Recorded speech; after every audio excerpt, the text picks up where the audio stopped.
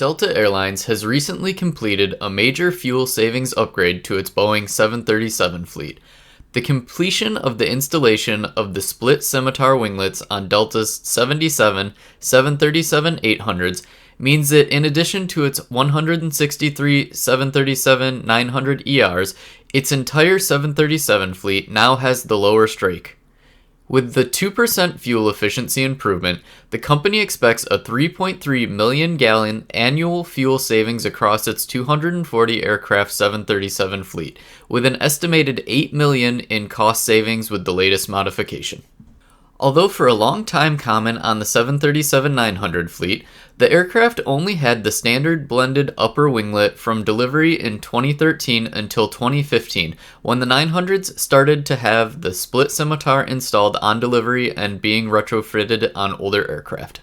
After the delivery of its first 737-800 in October of 1998, Delta has long flown its 737-800 fleet with only the blended upper winglet until 2022, when the airline started to modify the 800 fleet with the Split Scimitar. The Split Scimitar winglet reduces the drag by breaking up the swirling air coming off the ends of the wing. The modification was introduced by Aviation partners Boeing when the FAA approved its STC in 2014.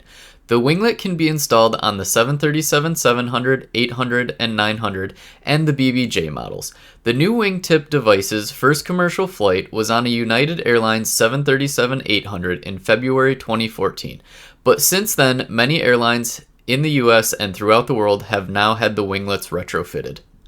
In addition to the winglet modification, Delta is continuing to improve the aircraft's aerodynamics on the empennage.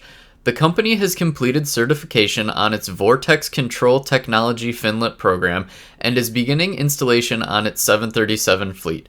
The small strakes, which have already been installed on the aft fuselage of some aircraft, help optimize airflow. The company estimates a fuel savings of 2.5 million gallons a year with this mod.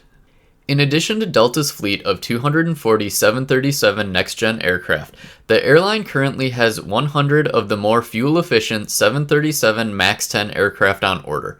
Originally ordered in July 2022, the first MAX was expected to be delivered in 2025. However, due to certification issues, they are expected to now enter into service in 2027.